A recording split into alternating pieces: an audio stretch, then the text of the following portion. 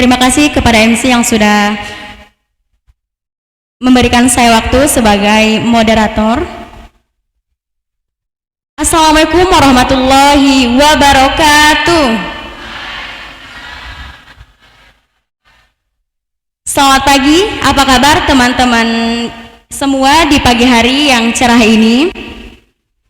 Saya harap semuanya sudah siap ya untuk membahas tema yang sangat luar biasa di pagi hari ini, yakni dinamika kependudukan dalam kebidanan.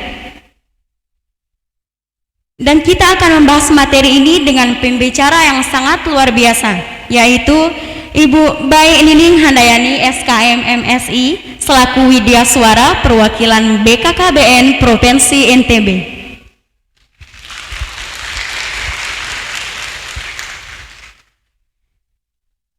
Ibu Bayi Nining Handayani SKM MSI selaku Widya Suara perwakilan BKKBN Provinsi NTB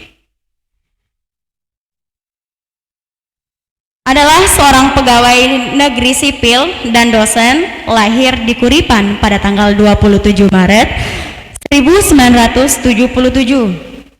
Beliau berasal dari Lombok, Nusa Tenggara Barat.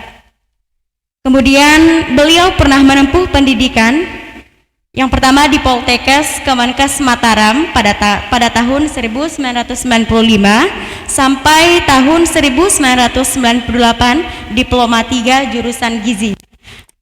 Kemudian beliau menempuh pendidikannya di Universitas Diponegoro Semarang, Strata 1 Kesehatan Masyarakat 2004 sampai tahun 2006. Kemudian beliau melanjutkan magisternya di Universitas Indonesia, Magister Kajian Kependudukan dan Ketenagakerjaan di Universitas Indonesia pada tahun 2010 sampai tahun 2012. Nah, kemudian riwayat pekerjaan beliau pernah bekerja pada tahun 1998 hingga tahun 2000. Beliau pernah bekerja di Helen Keller International Program Pemantauan Status Gizi se-NTB. Kemudian pada tahun 2004 hingga 2006 beliau menjadi dosen di Stikes Mataram. Kemudian pada tahun 2006 hingga tahun 2007 beliau menjadi dosen Poltekkes Kemenkes Kupang jurusan Gizi. Pada tahun 2006 sampai tahun 2007 beliau menjadi perwakilan BKKBN Provinsi NTT. Nah, dan kemudian pada tahun 2007 hingga sekarang beliau menjadi perwakilan BKKBN Provinsi NTB. Tepuk tangan dulu untuk beliau. Nah, dan langsung saja kita ke acara inti kepada Ibu Bayi Nining Handayani SKM MSI selaku pemateri. Disilahkan.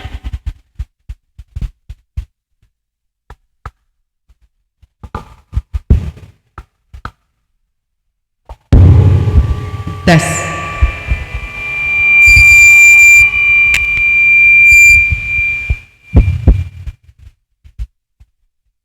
Terima kasih, ternyata moderatornya luar biasa ya, dari mahasiswa. Berikan aplaus moderator yang luar biasa pagi ini. Baik, bismillahirrahmanirrahim. Assalamualaikum warahmatullahi wabarakatuh. Tadi ada dari Pak Irwan, salam stik.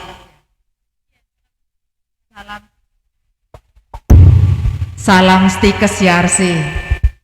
Apa tadi? Salam Stikes Yarsi. Profesional dan Islami. Ada gerakannya enggak? Berarti kita coba. Salam Stikes Yarsi. Oke. Saya izin berdiri, Ibu moderator, ya, supaya bisa melihat semua. Itu salam Stikes Yarsi.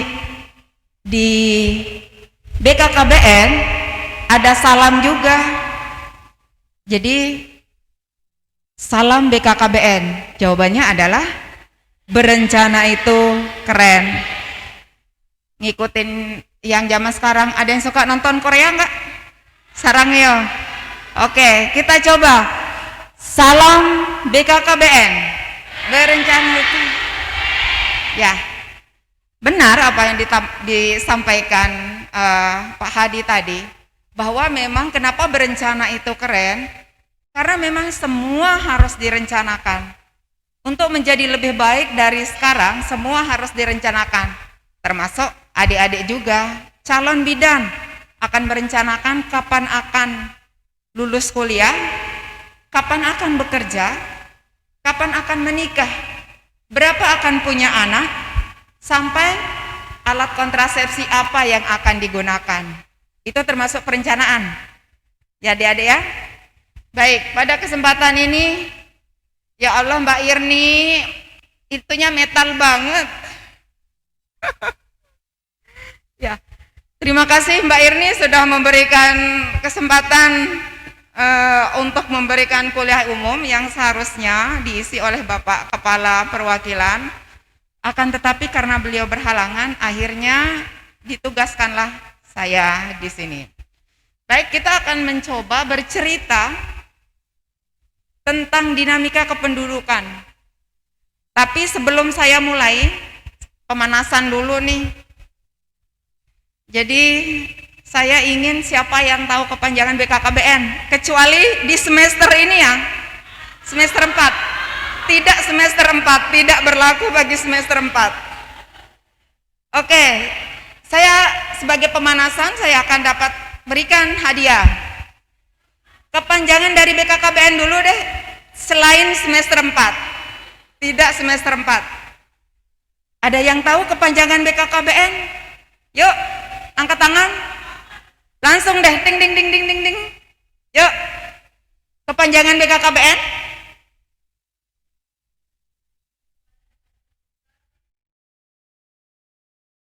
Oke, benar semester 4? Oke, dapat hadiah. Sini dek. Saya kasih hadiah.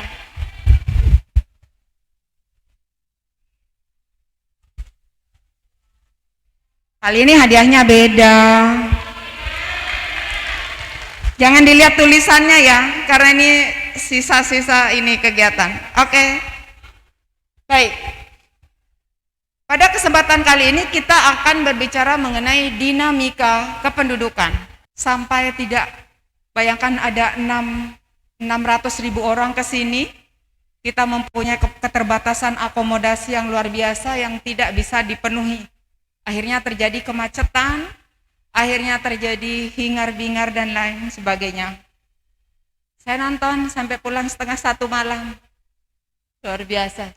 Oke, di dalam dinamika penduduk ini, inilah isinya.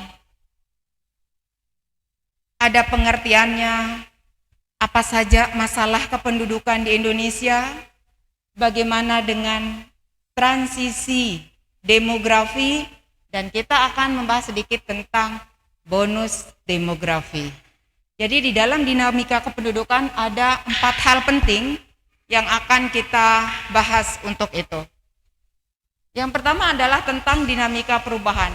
Dinamika penduduk. Yang namanya dinamika itu perubahan ya adik-adik. Perubahan pendudukan. Lihat. Ini adalah salah satu contoh perubahan. Ada yang tahu ini gambar apa?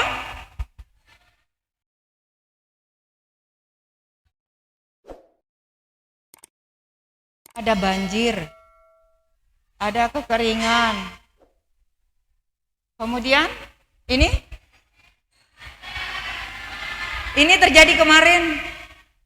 Ini terjadi kemarin di JIP itu. Yang pulang ke Lombok Tengah macet deh daerah selatan. Di Rembige juga tuh seperti itu yang ngumpul banyak orang. Ini terjadi di JIP di kemarin, peristiwa kemarin. Ini ada yang pernah naik kereta? Yang sudah pernah naik kereta yang mana? Naik kereta api? Pernah? Oke. Ini adalah komuter lain yang ada di Jakarta. Jadi dulu ini memang seperti ini, tapi ketika ada masuknya si Ignatius Jonan, akhirnya berubah menjadi lebih baik. Sekarang sudah tidak seperti ini lagi, sekarang sudah lebih tertib. Ini adalah jumlah ideal penduduk bumi. Kira-kira kalau ngelihat gambar yang ini, gambar kekeringan, gambar banjir, pemukiman padat, kemudian orang yang begitu banyak, kira-kira penyebabnya adalah kepadatan penduduk. Ya. Ini adalah jumlah yang sangat ideal di dalam bumi. Ada 17% bumi ini yang bisa dihuni. Kemudian ada 4% yang digunakan untuk bercocok tanam. Penduduk ideal 4 miliar itu sudah dikatakan ideal. Tapi saat ini penduduk sudah mencapai. Hal ini berarti kalau dibandingkan jumlah ideal dengan jumlah penduduk saat ini berarti kelebihan penduduk. Karena kelebihan penduduk, makanya muncullah gambar-gambar seperti yang tadi ya. Pemukiman yang padat, kemudian banjir, kekeringan, dan lain sebagainya. Ini adalah definisi dinamika penduduk. Kerennya gambarnya. Kenapa gambarnya seperti itu, dinamika penduduk? Karena perubahan, salah satu dulu tidak ada gadget, sekarang menjadi ada gadget, itu juga sudah termasuk perubahan. Dinamika penduduk itu adalah kekuatan yang dialami oleh sebuah penduduk. Itu bisa menyebabkan transisi demografi dan terjadi perubahan kelompok umur. Jadi dari usia produktif dan non-produktif. Ada yang tahu yang dikatakan usia produktif adalah usia berapa? Ayo, angkat tangan yang mau jawab. Usia produktif, usia berapa? Apa itu usia produktif dan berapa usianya? Dapat hadiah. Usia produktif 15 sampai.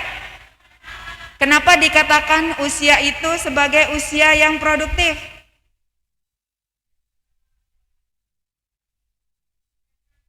Karena ada lagi? Usia produktif 15 sampai 64 tahun. Karena di usia itu adalah seseorang mengalami usia produktif untuk bekerja, untuk menghasilkan seperti itu. Baik, saya kasih hadiah tadi yang jawab.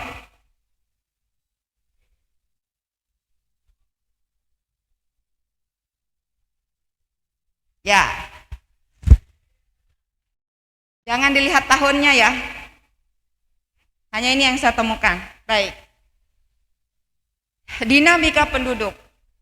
Dinamika penduduk itu karena penduduk yang terus-menerus mengalami perkembangan, pertumbuhan dan perkembangan. Jadi dinamika penduduk di sini adalah perubahan jumlah atau kepadatan populasi karena disebabkan berbagai faktor.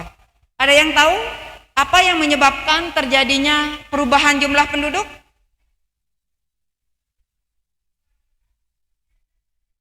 Ya, kelahiran. Ketika ada kelahiran berarti akan menambah jumlah penduduk. Kematian berarti akan mengurangi. Yang ketiga adalah migrasi, perpindahan. Karena dengan migrasi bisa menyebabkan terjadinya perubahan penduduk dari satu tempat yang padat penduduknya ke tempat yang berkurang, itu transmigrasi.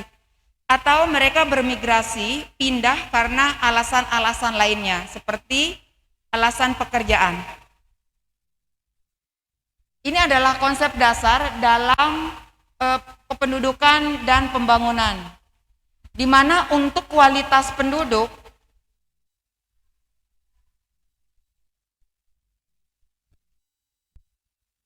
itu disebabkan karena adanya jumlah struktur dan persebaran. Jumlahnya ada berapa? Strukturnya termasuk kelompok umur ya, misalnya 0 sampai 4 tahun, kemudian usia 4 sampai 12 tahun seperti itu. Persebaran, di manakah persebaran yang padat atau tidak. Sedangkan kualitas penduduk itu terdiri dari pendidikan, kesehatan, kemudian ekonomi, lingkungan, dan lain-lain. Di mana kuantitas dan kualitas penduduk ini akan mempengaruhi dinamika pertumbuhan yang terdiri dari kelahiran, kematian, dan perpindahan. Ini adalah faktor-faktor yang mempengaruhi pertumbuhan penduduk, fertilitas kelahiran, mortalitas kematian, dan migrasi perpindahan. Adapun tantangan kependudukan di Indonesia adalah satu, jumlah penduduk yang semakin banyak. Jadi salah satu upaya pemerintah untuk menurunkan jumlah kelahiran adalah KB dengan menggunakan alat kontrasepsi. Jadi salah satu ujung tombak dari program BKKBN adalah bidan. Karena bidan salah satu tugasnya adalah untuk memberikan pelayanan kontrasepsi. Itu adalah tugas bidan. Kemudian salah satu tantangan kependudukan, jumlah remaja yang makin besar. Kalau jumlah remaja yang makin besar dampaknya adalah akan banyak kelahiran. Karena remaja yang besar, pada masa tertentu remaja-remaja ini akan menikah, hamil, dan melahirkan. Kemudian setelah di dalam piramid itu kelompok umur ada balita, kemudian remaja, usia produktif membludak. Usia remaja itu meningkat, usia produktifnya akan meningkat beberapa tahun yang akan datang. Kemudian 5 tahun berikutnya lansianya juga akan meningkat. Dan urbanisasi, modernisasi, perubahan dari desa menjadi kota. Ini adalah tantangan kependudukan di Indonesia. Jumlah penduduk yang padat, remaja yang besar, usia produktif yang banyak, lansia yang banyak sehingga menyebabkan terjadinya modernisasi, urbanisasi. Ini adalah jumlah penduduk kita yang besar, akan menyebabkan kerusakan lingkungan, kelangkaan sumber daya, kerawanan pangan, kemiskinan, dan konflik sosial. Jadi, salah satu tugas kenapa program BKKBN itu adalah salah satu upaya untuk pengendalian jumlah penduduk. Dulu konsep kita memang, ada yang pernah dengar banyak anak, banyak rezeki? Itu dulu. Kalau sekarang sudah berubah. Bahkan jumlah anak yang lebih sedikit akan lebih berkualitas. Karena kalau anaknya banyak, orang tua itu akan sulit untuk kasih sayangnya akan terbagi banyak. Piringnya akan menjadi lebih banyak lagi. Kemudian yang jelas untuk pendidikan akan menjadi lebih banyak uang yang harus disiapkan untuk pendidikan. Tahun 2050, ini usia kalian sudah berapa nih? 2050? Udah gagal konsentrasi nih. 2050, kalian sudah ada yang menjadi bidan, ada yang menjadi dosen, sudah ada yang menjadi pejabat di dinas kesehatan. Kemudian apalagi bidan jangka panjangnya Mbak Irni? Selain sebagai bidan, mereka bisa menjadi dosen, mereka bisa bekerja di dinas kesehatan. Pemilik rumah bersalin, aminkan dong. Pemilik, bayangkan, itu profesi bidan.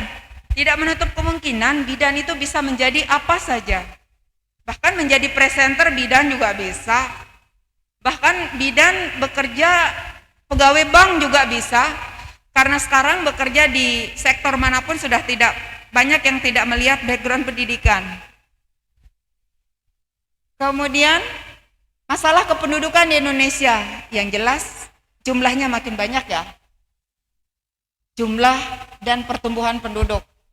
Saat ini menurut sensus penduduk, bayangkan 2010 237 juta jiwa. Sekarang 270 juta jiwa. 10 tahun kita mengalami peningkatan sebesar berapa tuh? 23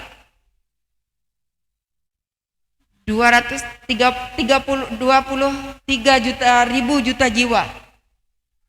Penduduk yang berkualitas, penduduk yang besar dan berkualitas itu modal pembangunan. Akan tetapi kalau sebaliknya, kalau dia tidak berkualitas, itu beban bagi pemerintah dan beban bagi masyarakat. Ini profil Nusa Tenggara Barat. Untuk adik-adik yang semester atas, ada yang semester atas? Semester berapa? Jadi bisa menggunakan data-data ini untuk mengajukan untuk data penunjang tugas ataupun skripsi ya. Untuk ini adalah profil Nusa Tenggara Barat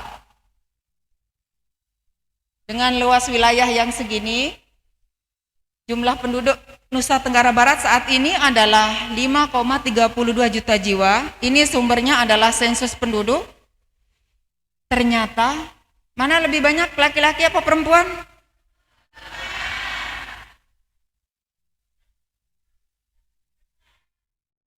Perempuan. Artinya kalau perempuan lebih banyak, pelayanan anak meningkat. Kalau perempuan lebih banyak, maka akan lebih banyak peluang yang hamil dan melahirkan dibandingkan laki-laki ya. Tapi jangan berebut laki-laki. Kemudian dengan laju pertumbuhan 1,63%, ini adalah Nusa Tenggara Barat. Berdasarkan sensus penduduk, ini adalah perbandingan Indonesia dengan NTB. Ternyata baik Indonesia maupun NTB terus meningkat ya dari tahun SP71 sampai dengan 2020. Ini adalah perbandingan Indonesia dengan Nusa Tenggara Barat hampir sama. Jadi di Indonesia mulai dari 71 sampai 2020 terus mengalami perkembangan jumlahnya, begitu juga dengan di Nusa Tenggara Barat. Sedangkan menurut provinsi di Indonesia ternyata Nusa Tenggara Barat ada di posisi berapa yo? Kepadatan penduduknya di nomor berapa? Nusa Tenggara Barat 5,32. Dia berada di urutan keberapa? 15? 16. Urutan ke-16 ya, provinsi dengan jumlah penduduk banyak, di mana tertinggi berada di Jawa Barat.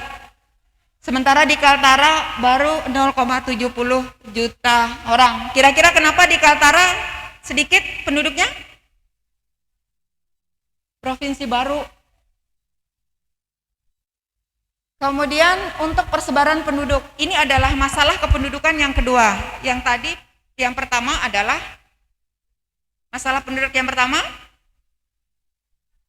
kepadatan.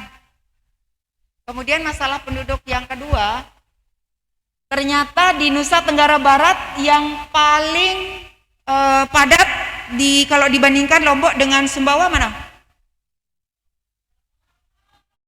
Kenapa Lombok lebih padat dari Sumbawa?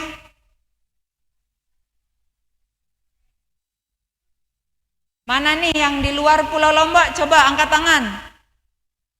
Yang berasal dari Pulau Sumbawa mana? Satu.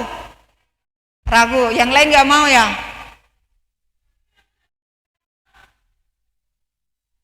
Moderator. Oke. Bima Dompu Sumbawa? Sumbawa. Kalau di Pulau Lombok, yang paling padat itu adalah Pulau Lombok dan Sumbawa adalah Pulau Lombok. Karena Pulau Lombok salah satunya tempat pusat pendidikan ya. Jadi banyak yang dari Bima ke sini ya, dari bukan Bima Dompu Sumbawa. Kemudian pusat kota juga berada di Pulau Lombok. Sedangkan kalau di Indonesia, yang paling padat itu adalah Pulau Jawa. Struktur umur penduduk. Ini ada 3 kategori, usia muda, menengah, dan usia tua. Ini adalah komposisi umur di Indonesia, bahwa ketika proporsi umur 0 sampai 14 tahun itu turun dari 44,2% menjadi 23,33. Kalau proporsi usia 0 sampai 14 turun, berarti kelahiran juga sudah mulai menurun. Kemudian masalah yang keempat adalah kelahiran dan kematian. Nusa Tenggara Barat cukup tinggi loh angka kematian ibu dan angka kematian bayinya. Makanya diharapkan di NTB itu satu desa sebenarnya satu bidan. Akan tetapi sekarang belum bisa terpenuhi. Akhirnya salah satu upaya pemerintah di NTB untuk memenuhi bidan itu, jadi mengangkat memang bidan-bidan sebagai tenaga honor dan kontrak ya. Jadi bidan yang ditempatkan sekarang itu bukan hanya bidan sebagai pegawai negeri, akan tetapi bidan yang berstatus honor atau kontrak. Kalau yang terbaru namanya P3K, PPPK, seperti itu. Untuk kelahiran, ini adalah banyaknya kelahiran penduduk baru yang dilahirkan oleh wanita pada usia reproduksi. Jadi istilah untuk kelahiran kalau di dunia demografi atau di BKKBN namanya TFR, Total Fertility Rate. Berapa banyak jumlah anak yang dilahirkan oleh perempuan selama masa reproduksinya. Kalau TFR di NTB yang sekarang ini adalah berdasarkan data PK 2,59. Artinya rata-rata perempuan melahirkan di NTB 2-3 anak selama masa reproduksinya. Ini adalah berdasarkan data SKAP. Ternyata tren TFR di Nusa Tenggara Barat dan nasional fluktuatif ya, kadang turun, kadang naik. Ini adalah target TFR dan proyeksi TRR. Proyeksi itu adalah perkiraan kedepannya akan berapa angka kelahirannya di Nusa Tenggara Barat. Ada suatu masa di mana penduduk yang tidak produktif, usia berapa penduduk yang tidak produktif?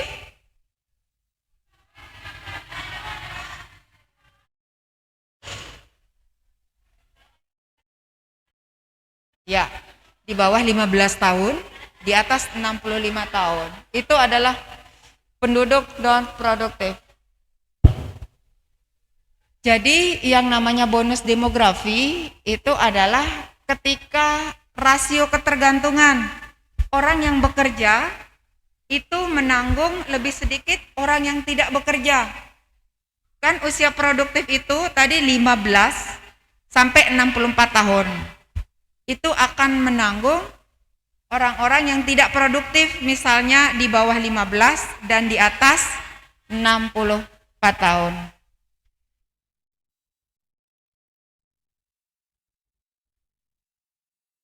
Coba dibaca.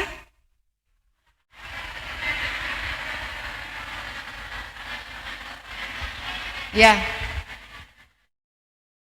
Apa dan bagaimana Anda beberapa tahun mendatang? Sangat bergantung dari apa dan bagaimana tindakan saat ini. Apa yang dilakukan adik-adik saat ini itu sangat berpengaruh untuk jangka panjangnya.